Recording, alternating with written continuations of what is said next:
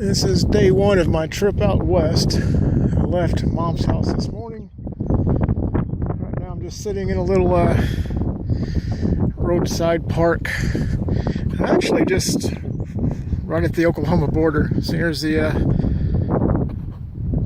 Oklahoma sign, so I guess I'm officially in Kansas.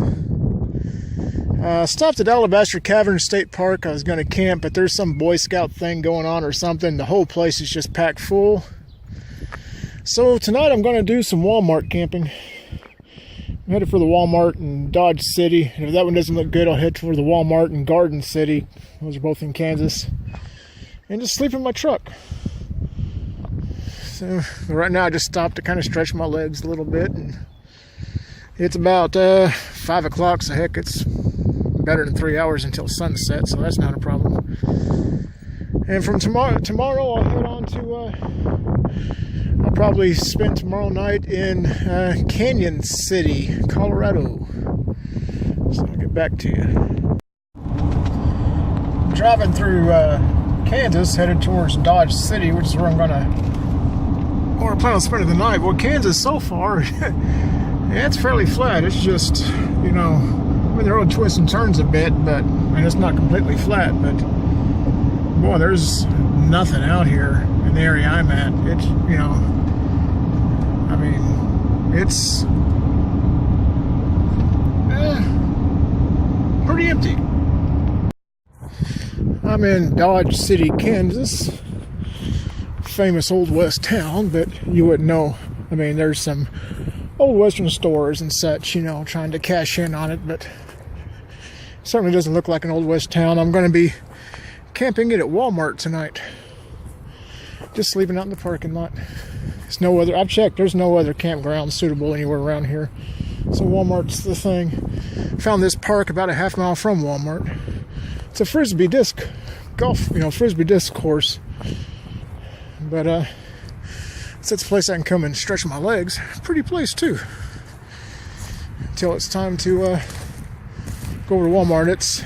Fortunately it's the time of year where there's a lot of daylight, so I can stay out until fairly late, because it's after 7 now. Another hour or more until the sun goes down. I'm at Lake Pueblo State Park. This is the second day of my westward trip. And I love this. I mean, forecast says there's a 10% chance of thunder showers. Well, I'm camping, so 10% means rain. Although, to be fair, looking at the radar, I don't know how they call it 10%. I mean, there's little storms like this all over the place. Won't last too long, though. It's here at Lake Pueblo. It's raining over there. Rain's been moving through. Just a couple showers. See the Rocky Mountains, kind of hard to tell. You see there's snow covered over there. That's where I'm headed tomorrow. And I don't know what that big tall one is there in the middle, but that's especially snow covered. I'm headed that direction tomorrow. Going to be some wind noise with this, but this is an interesting area. I'm up on top of Skyline Mountain in Canyon City. And just as I start talking, a plane is flying over making noise. I mean, I'm way high up. See, the highway is way down there. I'm about 400 feet up. A section of dinosaur tracks. See, all the bumps are dinosaur tracks. A lot of them are your three-toed. That's a three-toed dinosaur there. What makes these interesting is they're inverted. You'd have to imagine a layer of mud. The dinosaurs, they stretch from there. It's about a 50-foot section here that survived. You have to imagine a layer of mud. Dinosaurs come walking through the mud, making imprints. More mud comes in, fills the imprints, as well as the surface over that. It all turns to rock. This gets uplifted, turned on its side, and then the layer of mud that the dinosaurs usually walked in, you know, that layer falls away or is eroded away. and you're left with, you know, as if you were standing underneath the dinosaurs as they were walking. You know, the layer of mud that the dinosaurs actually walked in, that later turned to rock, has eroded away, or fallen away, or been dug away. And you're left with the impressions of the dinosaur tracks, as if they were walking above you. You know, you're actually looking up at them as if they were walking. I mean, it's a lot of places where you can see dinosaur tracks, but there's very few where you can actually see the inverted dinosaur tracks. There's a really cool three-toed one right there. Right there. Driving on Highway 50 west of Canyon City, between Canyon City and Salida, as in Colorado, of course. Hard to believe, the same river just right down here. It's the Arkansas River. It's the same river that passes through Tulsa, Oklahoma.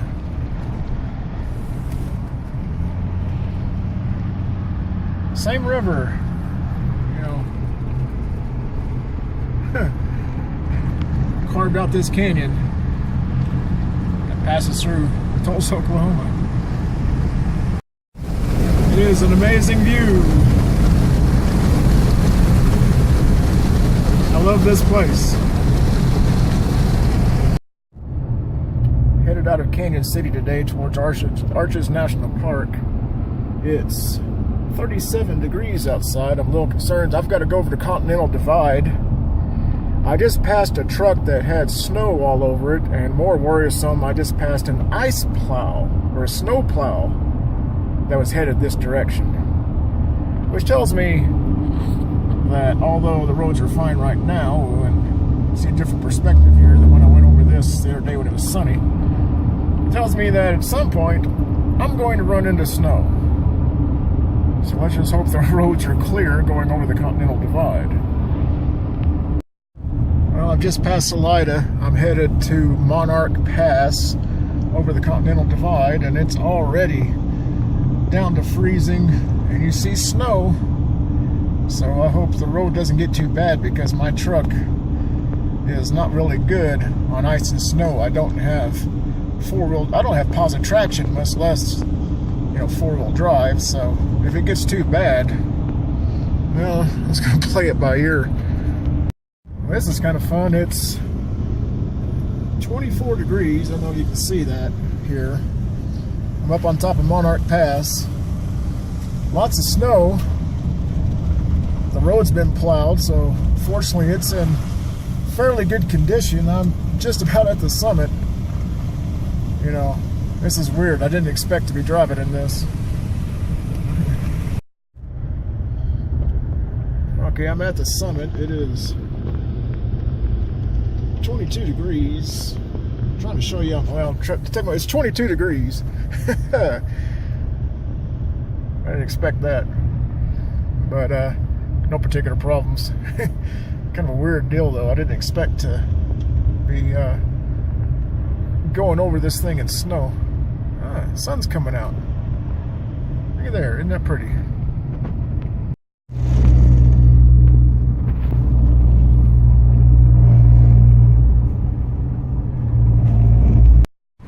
Driving along the Colorado River, getting near, well, 20 miles or so away from Arches National Park. This is a back road that takes you in there rather than following the interstate all the way up and taking the main road in. This is actually shorter, and it's a whole lot prettier. I mean, you got like 20-something miles of this approaching the park rather than just, you know, the boring interstate. I'm not at any particular destination. It's just a place I pulled over to stretch my legs a bit, but I mean, look at this place. Like I say, this isn't any place in particular here. I'm on the way to Arches National Park, but this place, I mean, you can just stop anywhere and it's just beautiful. And I can see this big rock right there. It's the size of two of my trucks that would have fallen off this thing up here, you know. There's all sorts of rocks along the road like that that just fall off. I'm at Arches National Park. It's a huge park. I just got here. This is just the first little pull out. I mean, this place is amazing.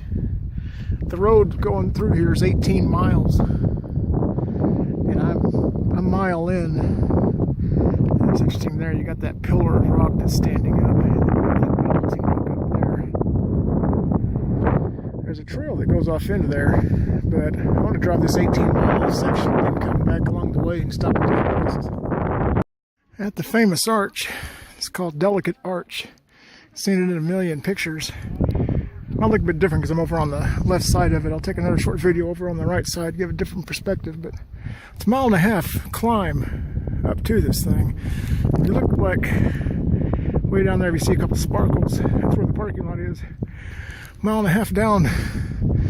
So it's quite a climb to get up here. But it's worth it. More recognizable angle. Rocky Mountains in the background.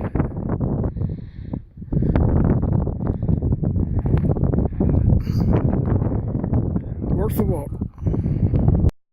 The arch is just right over there and to the right. You see the people, but this is the other side.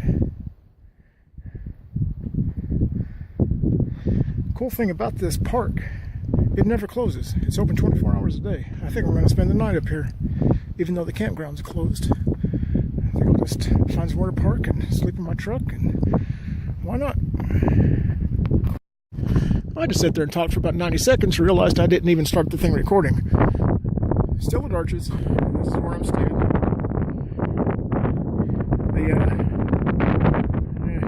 The park's open 24 hours a day. Never closes, except on like Christmas, I think. And so I'm just parked in a thing here. There's a campground here, but it's full. Heck, I'm just gonna sleep in my truck, just right here. Got a great view. Once the sun goes down, you can see it. It's a bit too far away. There's a little arch right in the middle of the screen. Once the sun goes down, and a couple hours after sunset, it's going to be really good stargazing here. There's no artificial light anywhere around here, so it's going to be a good night for looking at the stars, particularly once the moon sets. This is going to be real cool. That's the three gossips, they call that formation over there. The three gossips. And then it's getting dark here. The sun will be setting in another half hour or so. It's going to be a cool night.